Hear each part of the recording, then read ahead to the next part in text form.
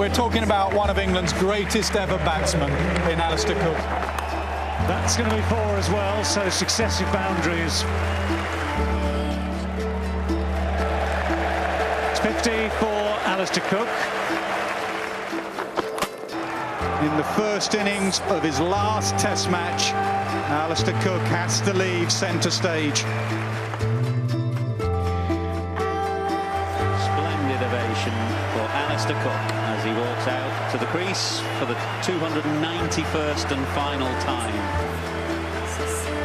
This is Alistair Cook in his best rhythm. No surprise there.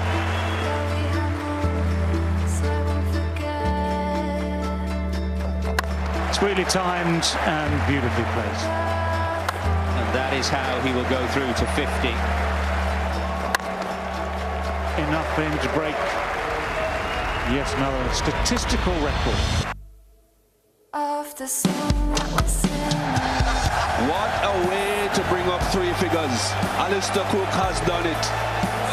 A century in his first ever Test match and now a century in his last. Well played. Oh, he's nicked that, hasn't he? He has. And for one final time, Alistair Cook has been dismissed in international cricket. For one final time, the long, lonely walk back to the dressing rooms for Alistair Cook.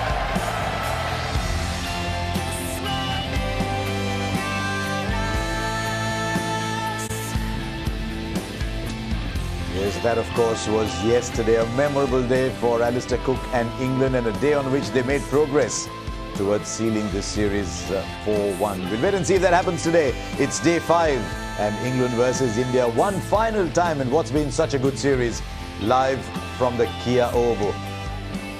Now 423 for 8 declared. Was not that one-sided when play started yesterday at 114 for 2. The lead was about 150. But England just went on and on. 100 for Cook, 100 for Root as well. And then they got 3 wickets for just 2 runs before Rahul and Ajinkya Rahane took India to 58 for 3. Don't worry about the last line. 90 overs to save this game. But it doesn't matter, even if you save the game, it's only 3-1. India can't win it unless they do something dramatic. So it looks like it might well be England's day. We'll wait and see. Welcome to Kent Extra Innings then. Graham Swan is here, so is Sunil Gavaskar, and we have conclusive proof now, and we can say it officially on this program, that the number of small jackets is less than the number of centuries. He only had 33. I think he always looks very smart. I think you could take a few lessons from Mr. Sunil. I don't know. I don't need to appear on Stardust glitzy programs as well. So. You're the anchor. Only the anchor. So you got to have jackets. You've got a fair array of jackets. I come with 2 ties and ask the cameraman which one, and then they recommend one for him. But it's a batting day. It's a day that you've got to believe you can save the Test match, even though the series is gone. And they've actually made a bit of a start, Rahul and Rahane. Because, when Rahane came into bat, India was in trouble. 3 wickets down for not too many, maybe 2, I think, 2 for 3. And both of them now have taken the score to 58. So both of them have applied themselves. Rahul's beginning was a bit frenetic. It was almost as if anything short and wide, he was going to have a go at it off the front foot or off the back foot if it was pitched up. And it was just one of those things where he said, what's he trying to do? But he settled down later on and he played really well. And Rahane has, of course, looked solid in the time that's been there, because nothing really has gone past the outside edge after those 3 wickets. So clearly, there is the opportunity to save the game. You can do that. You bat well till lunch, maybe lose just 1 wicket. Who knows? I saw a weather forecast that said maybe a bit of rain at 4 o'clock. Then I went to the Met Office forecast and it said no, not till 7. There might be a little drizzle at 7. Is that an end of series mindset almost? Saying, come on, let's put it together one more day, or is it, it's been a tough series, one more day? Yeah, it can be both. I think for the good side for India is this kind of weather it is today. Unless the sun comes out, it can be very easy to just think, I can't really be bothered. If the weather's cold and you're fielding, it's hard to pick yourself up as a team to really push for that victory. If the sun's out and you feel like, it's a proper hard day's cricket, it's a lot easier. So it is fighting that mindset of end of season syndrome sort of thing. I think I'd rather be in India's position today than England's. I think it's easier to draw this game than it is to lose it, if that makes sense. Because the wicket's still good. They have seen off the new ball. These two, Rahul and Rahul, batted well last night. And they've earned the right now that it shouldn't do a great deal. After the first 20 minutes, it all comes down to the spin bowlers. And we know that Moeen Ali and Adil Rashid are very weak. If things don't go their way, they'll very easily give in. It's interesting, Glenn. It's easier to draw than to lose it. Send us your questions too on Ask the Expert at SPN Sports India with that hashtag क्या होगा इस बार. शायद हमको पता ही है क्या हुआ इस बार, लेकिन पूछ भी ले क्या होगा इस बार is the hashtag. Now let's hear from the two sides one final time before we close for this series. Alistair Cook was the star yesterday. He was in there as well. This is the performance story. It's brought to you by Maruti Suzuki.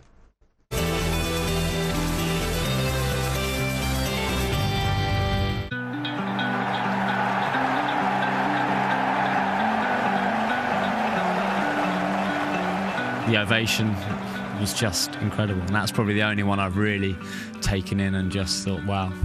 And obviously the last 10 minutes as well today was special. So yeah, Ruti was like, hang on a minute, I've got some runs to get as well here. When I was marking the guard, and they wouldn't shut up. It was phenomenal. This is not just a culmination of what's 3 or 4 bad games in the Test series. This is something which is coming for 12, 18 months. It's not just a shock to a bit of bad form. That's happened to me a number of times in my career. It's just time. It's time for me. It's time for my family. And now it makes it even better. It's always nice people wanting you a little bit more than trying to kick you out. It's obviously special, but to go out on your own terms when your last ever innings for England was 100. And obviously tomorrow, if we can top it off with a win and a 4-1 win over the #1 side in the world, would make it even more special. Wicket मिलना ना मिलना वो luck के ऊपर है, लेकिन हाँ ज़रूर थोड़ा सा फ्रस्ट्रेटिंग है कि अनलकी भी रहा कि हम नहीं मिले, बहुत सारा बार बीट हुआ, लेकिन ठीक है, थैंक गॉड जितना भी दे नसीब से वो उसको एक्सेप्ट करना होगा. लास्ट टाइम के कंपेयर है, इस टाइम भी बहुत अच्छा बैटर हुआ और ओवरऑल भी सबने अच्छा किया है. सो बहुत सीखने को मिला कि स्पेशली इस कंडीशन में, और जब आप किसी के होम ग्राउंड पे खेलते हैं तो आपको किस तरीके से आपको सीख मिलती है और आपको कितना फोकस करना पड़ता है. तो इन लोगों से भी बहुत कुछ सीखने को मिला और अपना जो यूनिट था उसका कॉन्फिडेंस देख के भी बहुत कुछ सीखने को मिला.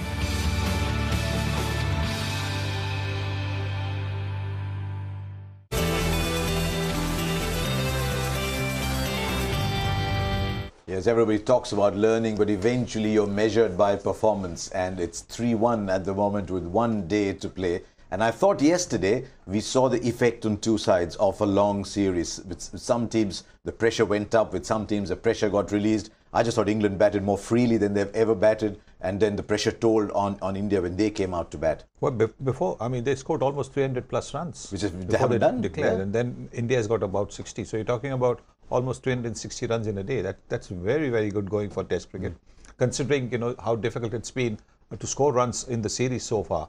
So clearly, I think it was a batting day yesterday, and we should be hoping that it's a batting day today as well, from the Indian point of view. There's nothing in the pitch really. I mean, there's a bit of turn for Moeen Ali, but Moeen Ali is only the second spinner, and the fifth spinner hardly gets to bowl. So I think they can do it. They really can do it. They must think to themselves, yes. Look, we can do it. I just want them to be positive. And even if India then eventually lose, it should be towards the end of the day's play, when they've got another 200 odd runs, 250 runs. Then they lose. People still feel, yeah, okay, it's okay. But if they collapse, and if you're done by lunch or just before tea, that'll be hard to swallow. I think that's what the fans want to see as well. The fans are aware that overall the better side wins, but the fans want to say, did we try hard enough? Did we give it all? And that's what the fans want to see today. Well, it's professional pride at the end of the day. And let's face it, some of these guys now are playing for their careers, playing for their futures in the Indian team. That should inspire them. And someone came out, I think it was your good self yesterday, said a brilliant line, as in they should look at Alistair Cook and think, I want that. Yes. I want that sort of reception one day. I want Eden Garden standing for 5 minutes cheering my name. And the only way you get there is by plundering run after run after run. And so maybe they look at themselves in the mirror this morning and say, right, today, this is where it starts. I will now be the best player in the world. Is Rahane playing for his position in the side, do you think? You know, everybody's playing for their position in the side apart from Virat Kohli, because the performance, the batting performance has really been not too good. Nothing worth writing home about. I could have used stronger words, but I'm trying to think how Richie Bena would have said things without hurting people. You would have worn a lighter jacket for a start. Yeah, well, I would have had to wear a different color jacket like Bumble wore yesterday. But yes, I think you've got to say that there's place for the openers. I mean, if they're honest in saying, assessing the performances, they'll say yes. I think we've got room for openers. We've got maybe room even for number 3, despite the fact that he scored 100. The only position secure is Virat Kohli's, and to an extent Jasprit Bumrah. But I suppose the others, and particularly the batting, everybody's on trial.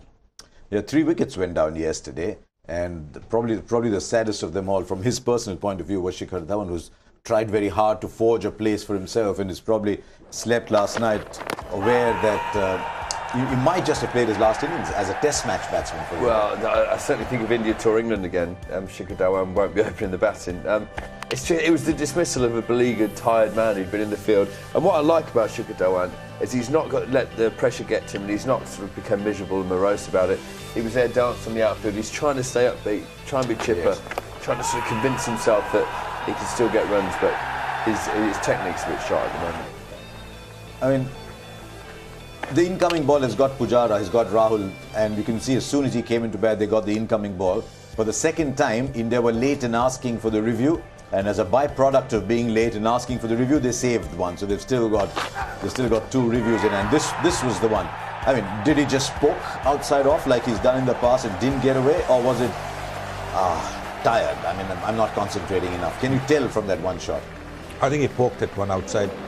He's somebody who's fiercely proud of his own performances. He wants to do well, not just for himself, but also for the team. And he would be very disappointed. This was the weakness that was exposed in 2014. And to an extent, he got away at the start of the series. But even then, he wasn't playing as far away at the start of the series like he did on this occasion.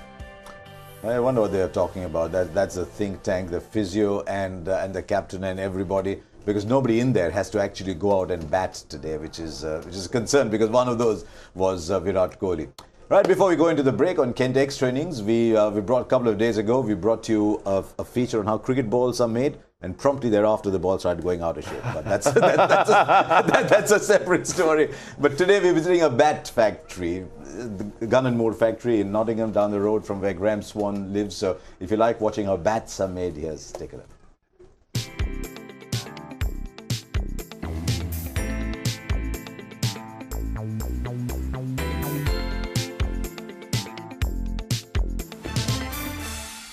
Gun and Moor, or GM Cricket, has been in Nottingham since 1885. Started by a local businessman and an England Test cricketer.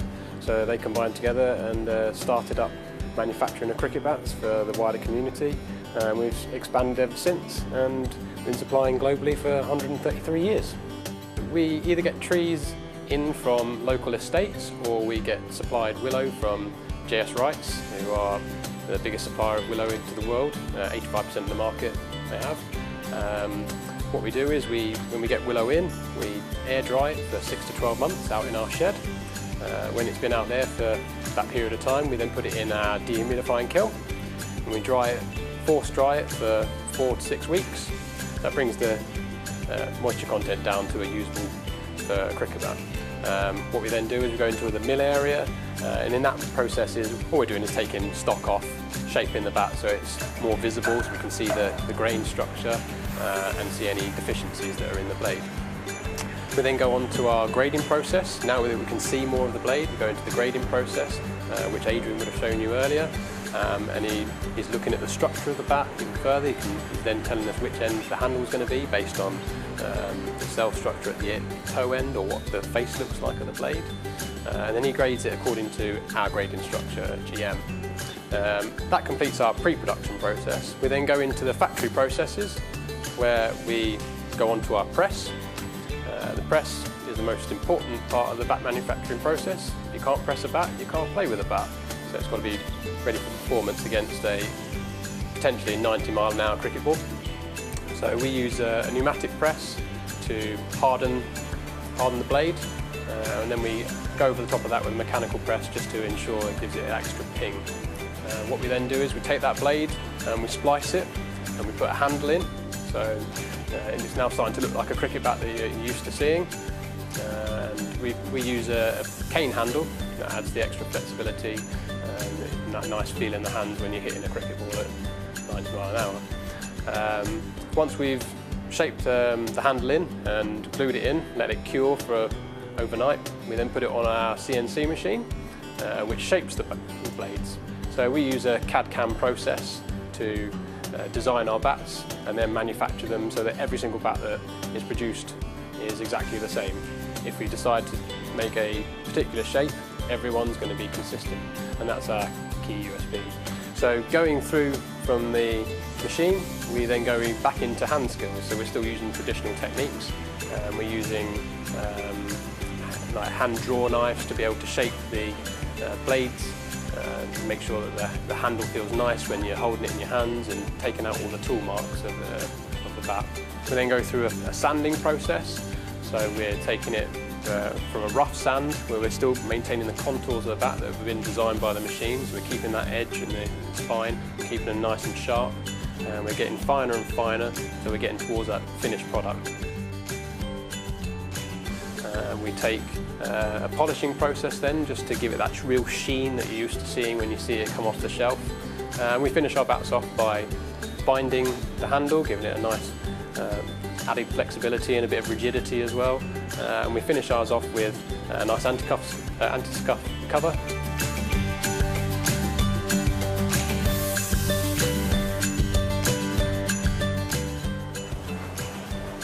There you have it, a finished bat. I hope you enjoyed the process at the GM factory. See you again. Right, there is a bit of football going on, but it's the Englishman playing football. It's not two of the not-out Indian batsmen playing it. Otherwise, you never know. There might have been number 6 coming out to bat. That's happened a couple of times. But they love playing football, and occasionally they score. No, that's a lovely save. Jordan Pickford's just got competition. But honestly, that first 5 minutes of the day, you won't see a happier England cricketer than when he's playing football. It doesn't make any sense, I know.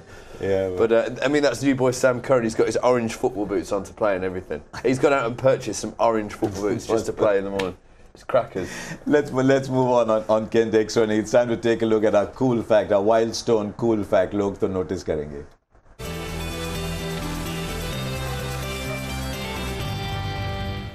Now, the cool fact's not about football, but about cricket. It's not about cricketers playing football either. At 33 years and 260 days, Alistair Cook is now the youngest player in the 10,000 Test runs club to retire from the game. Previous youngest was Jayawardene, 37 years and 83 days, and Chanderpaul the oldest at 40 years. What we don't know is that Chanderpaul hasn't yet retired. He's still playing somewhere else. When he's 86 years old, he'll be scoring more runs than his grandson. His grandson will be coming out and he'll be scoring more runs than him. Yeah, by which time I don't know how he'll be standing. He might be perfect by then. He was standing like this, then he was standing like this, then maybe he'll stand like this, then he'll go like this. And he'll have eyes at the back of his head. Eyes at the back of the head. But 33, it's interesting. Jayawardene 37. You were 38 when you finished? When I retired, finally.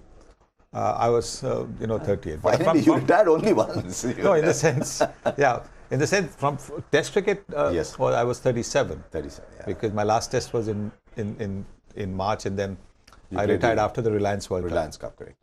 33, yeah. I mean, yeah, but people are just thinking it in terms of, well, he's still young to play cricket. It goes way more than that, and he said in his press conference that it's an amalgamation of things. It's not just 3 or 4 bad games. It's 18 months. The time is right. He's played a lot of cricket. He's got a young family. When the time's right, the time's right. Some of us get to retire when we don't want to. I didn't want to retire. I'd still be playing now if I could. Alistair Cook, he's had his fill. And this test match is a teaser because he's played so well. But as he said, brilliantly put, it's nice to be wanted more once you've left, rather than be pushed out. People will pine for Alistair Cook now, and they'll forget every bad innings he's had over the last 18 months. He's only had 3 good innings in the last 2 years, basically. When you break it all down, he's had a lot of failures. And he knows that, and he knows it's the right time. He knows he's got a little family. He'll miss it, of course he'll miss it, but he won't miss certain aspects of it. I mean, truth be told, we were asking how much longer is he going to play at some point in the series. He's the oldest 33-year-old in the world, trust me. What did Vijay Merchant who said, didn't he? Retire when people say, why not, why not? Exactly. Yeah, okay. Right, let's take a look at some other numbers around Alistair Cook. This is our numbers game brought to you by Havells Wires.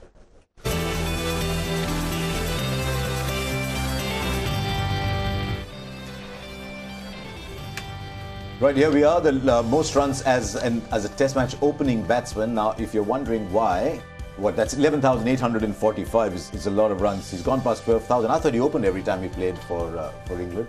Sunil Gavaskar, 9,607. That's 500 odd runs, not as an opener, but that includes a double 100. We'll tell you about that. Graham Smith, 9,000. Matthew Hayden, 8,000. These are big numbers as opening batsman. Michael Atherton comes in right at the bottom of that list. There's Mark Taylor, Gordon Greenidge, Graham Gooch, and there's a certain Jeffrey Boycott. Ponting had 21 centuries in the first innings of a test match. Tendulkar had 18 in the second. Alistair Cook had 13 in the third innings of a test match. And it's amazing, isn't it, that the maximum number of centuries scored by a person in the fourth innings of a test match is only 5. It just tells you why batting is so difficult as you go along. It's just 5. You'd have found a bigger number. But Eunice Carnes, one of the nicest guys that he played at Nottingham with us, and we used to have this thing when people got man of the match, they'd have the little interview down on the field, just below the changing rooms. This is for Nottingham. And we used to get grapes out of the changing room, throw grapes at the cameraman. And Eunice was there and he saw us throwing fruit and he thought this was a great game. But he didn't realise we were throwing grapes and he just picked up a full orange. Yeah. And he and it hit David Hussey on the head and nearly knocked him out. Oh dear. Maybe it always makes you smile. Hello, Eunice. But amazing, isn't it? From 1877, when Test cricket was first played, only 5 times centuries have been scored. The maximum centuries by a person in the fourth innings is 5. 5. Yeah. Amazing. It is.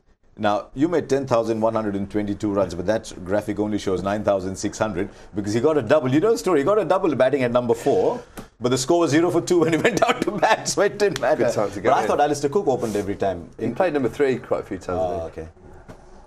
Right, there you are. So, Alistair Cook's on quite a few of those records. Now, left-handers too. I mean, there's more and more we see left-handers around in the games. And he's up that pile of left-handers as well. Just went past Kumar Sangakkara, Lara, Chanderpaul, Border. There's all kinds of left-handers in there. Some stylists, some hanging in there. Some great ones down at the bottom. Who are the stylists? Sobers, Gower. Who else? Lara, Sangakkara. Chanderpaul's in a category of his own. I think Smith, Langer, Cook and Chanderpaul are all in a sort of similar category. You wouldn't pay to watch them, but you'd pay to see their runs being scored. So there's a story about him in the 10,000 club. You batted left-handed too, so how many runs did you get left-handed not in test cricket, but in first-class cricket? I don't remember. You batted left-handed in the Ranji Trophy? Yeah, but not too many. How long did you bat? I batted he doesn't want to bring up the story, so I'll tell the story. But he batted left-handed. There's 2 left-hand spinners bowling. There's a big rough there. So he said, okay, I'll bat left-handed. And survived. Yeah. Didn't score, but survived. There you go. You hear new ones every day. It's a batting day, and that's why we're bringing up all these batting records. We'll take a break on Kent Extra Innings. When we come back, a little more on the last day of this series. Right, welcome back to Kent Extra Innings. India 3 wickets down very early yesterday. Now 58 for 3. Needing to bat 90 overs or get 406 runs. But for a couple of players, yesterday was a very big event. Both the openers, as they came out to bat, KL Rahul is still in, 46 not out. Maybe if he can go on and get a big score, earn himself 2 more tests in India and Australia. But for Shikhar Dhawan, you never know, it might just be the end of the road. Because, Sunny, we've been watching Shikhar Dhawan for a while now, and there's something about him that causes all of us to hope he scores runs. It's just his demeanour. I don't know what it is. It's his attitude. We all want him to score runs, but do you think it's the end for the red ball now? Well, it'll be hard for him to make a comeback. Openers, there's always a churn because of the fact that the new ball can consume you very quickly. So there could always be a little bit of a churn, but I see Prithvi Shaw, he's here. I see him being brought into the team for the first test against the West Indies in October to replace Shikhar Dhawan. And there's also Murli Vijay. who's a lot more technically organized than Shikhar Dhawan is.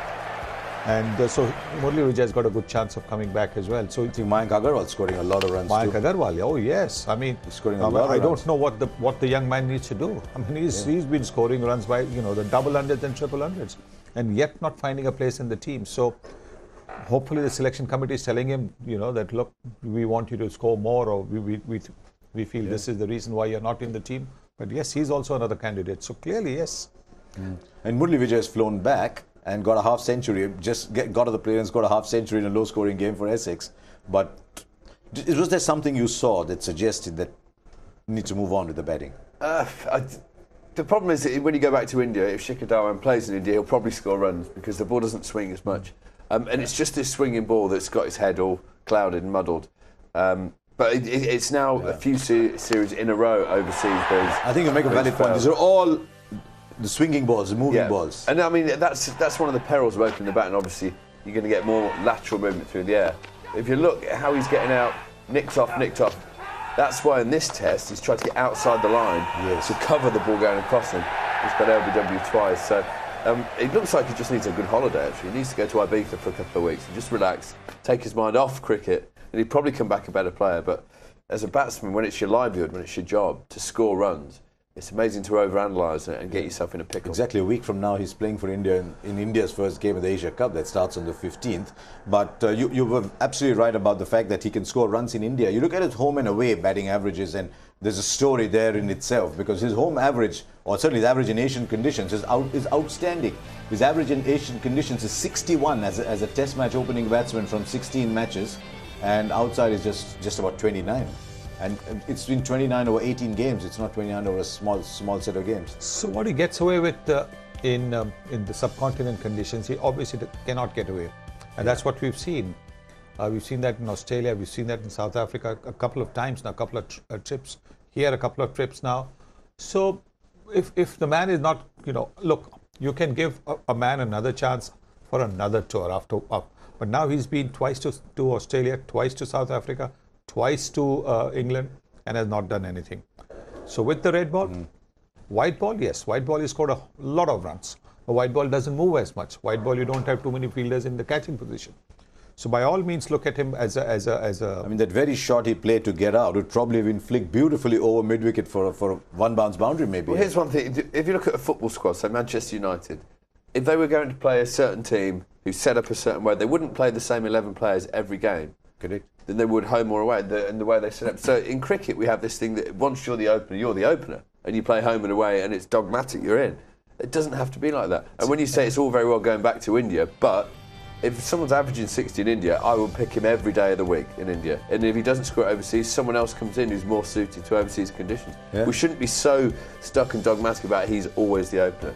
44 in India, 86 in Sri Lanka. But look what happens thereafter. New Zealand was just a couple of test matches. He was in fine form. He got those runs.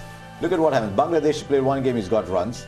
Australia, he struggled. And South Africa, he struggled. So, yeah, you make the point. Now, West Indies, 35. That was 3 test matches. But 11 test matches in India, an average of 45. That innings in Sri Lanka, I'll never forget. I mean, he would have made 300 in the day if he had gone. And that's where he's not helped himself. There have been occasions where he could have carried on and got himself those extra chances that these big scores, 250, 280, 300 get you. Because then people say, listen, he can get those big runs.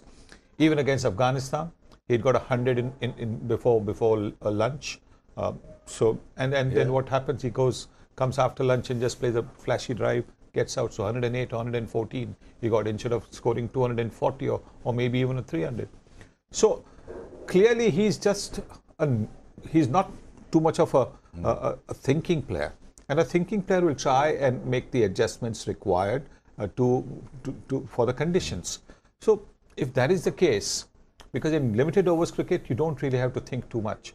Limited overs cricket, you just have to go and bang the ball, work for the ones and twos occasionally, but look to bang the ball. In test cricket, you've got to look to also defend the odd ball. If you're not going to be able to, think on those lines, then clearly it doesn't matter where you're playing, but, you need to sort of, say, thank you very much. But somebody else. The moment you said in limited overs cricket, it doesn't need to think too much. Graham's one went like this. if you'd come to India, you'd have realized that this is definitely, anyway, we'll go on. It's time to take some of your questions as well. This is Ask the Expert, brought to you by Big Basket, the grocery expert.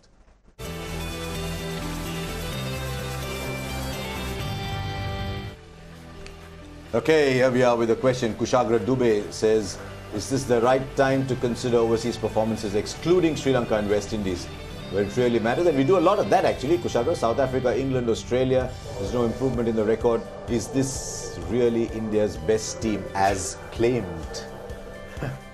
We didn't claim it. That question needs to be put to the person who claimed that this has been India's, or whoever are claiming this is India's best team.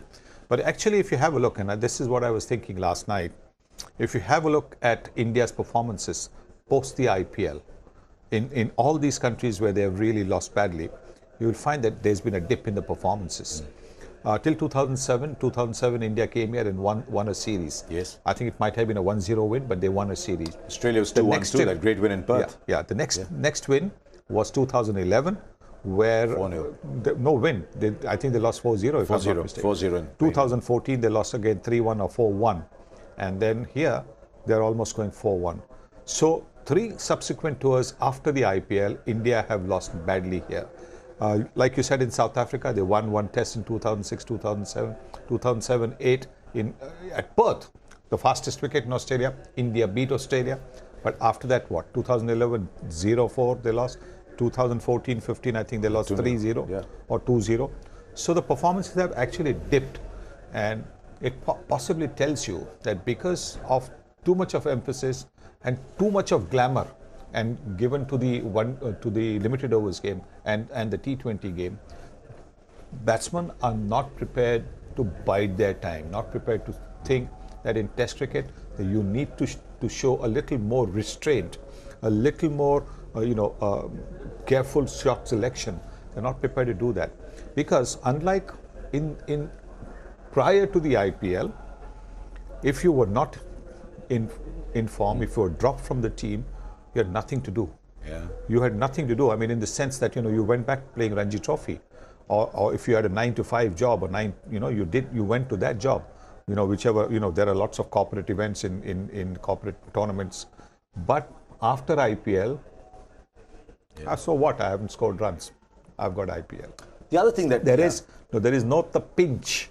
You're not feeling the pinch of earning your living, which you feel, so when you're playing Test cricket, you really give it this, oh yes, I must score runs, I want to keep my place. Because as a Test player, till 2008, you got some money, and you also, if you were doing well, you got endorsements, which would help you, But after 2008, with all the riches come, I'm not saying that they should not get the riches. I'm just saying it's been a change in attitude, and I think that whether it's healthy for Indian cricket or not.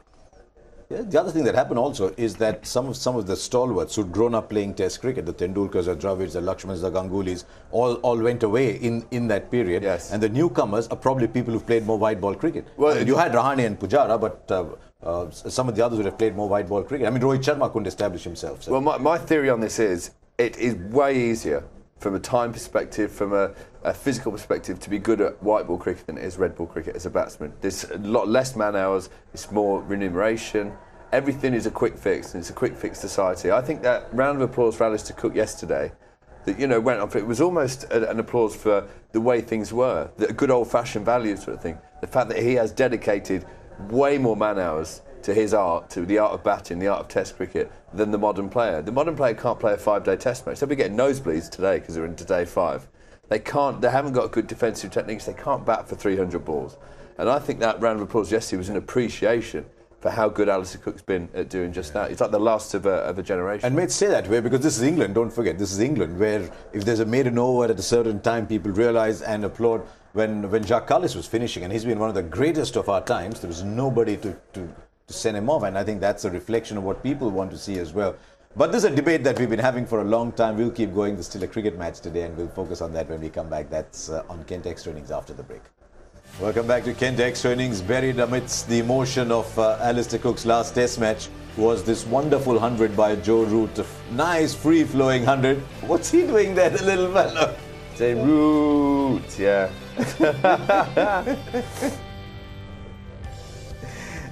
He's a rude too. He is, yeah. So he's probably going to go to school and have his schoolmate saying that to him. Well, his wife was telling me that this little lad had never said that before. And then 20 seconds before, he's still on an iPad messing around. She thought, oh, he's going to be on telly. I look like a bad parent and nicked it off him. So I'm glad we all do the same things. What can we expect from the surface on day 5? One final time we send Sanjay Manjrekar and his thought process both together down by the pitch. And this is what he sent us. This is a pitch report brought to you by Prepare.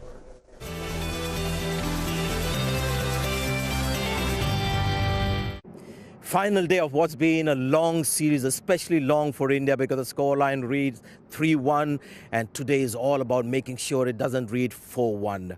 Is there any support from upstairs for India? Let's have a look at the weather. Well, light clouds coming in but no big rain possibility, so no respite there from the conditions for India. So it's all about coming down here and playing well and surviving day 5. The pitch is still good enough. If you look at the 3 wickets that fell, the pitch had nothing much to do with. This is Anderson just getting the ball to angle back in. This is not movement in the air or of the pitch.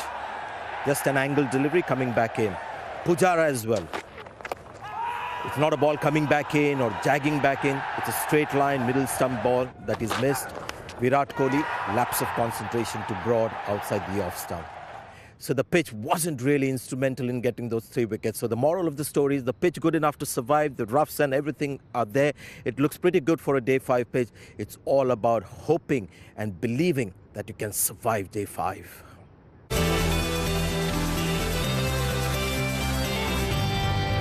Now, every morning, Sanjay Manjrekar goes down, he does his pitch report, and as soon as that's done, he finds somebody to go and chat with. We've been showing you all those pictures, and today he waylaid this young 20-year-old and talked to him. So, yes, Sanjay Manjrekar talking to Sam Curran.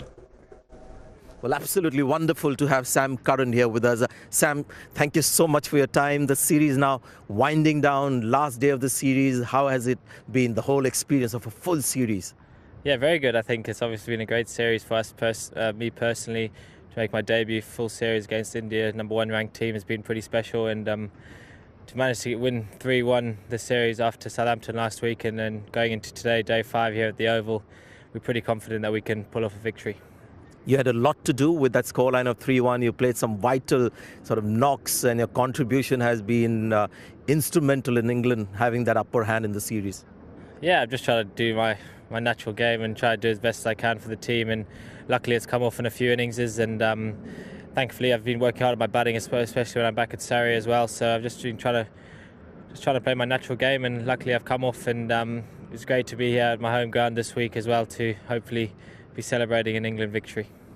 You're also with some legends of seam bowling, absolute masters when you look at Anderson and Broad. So how has that experience been? Have you been talking to them a lot? Anything important they've shared with you?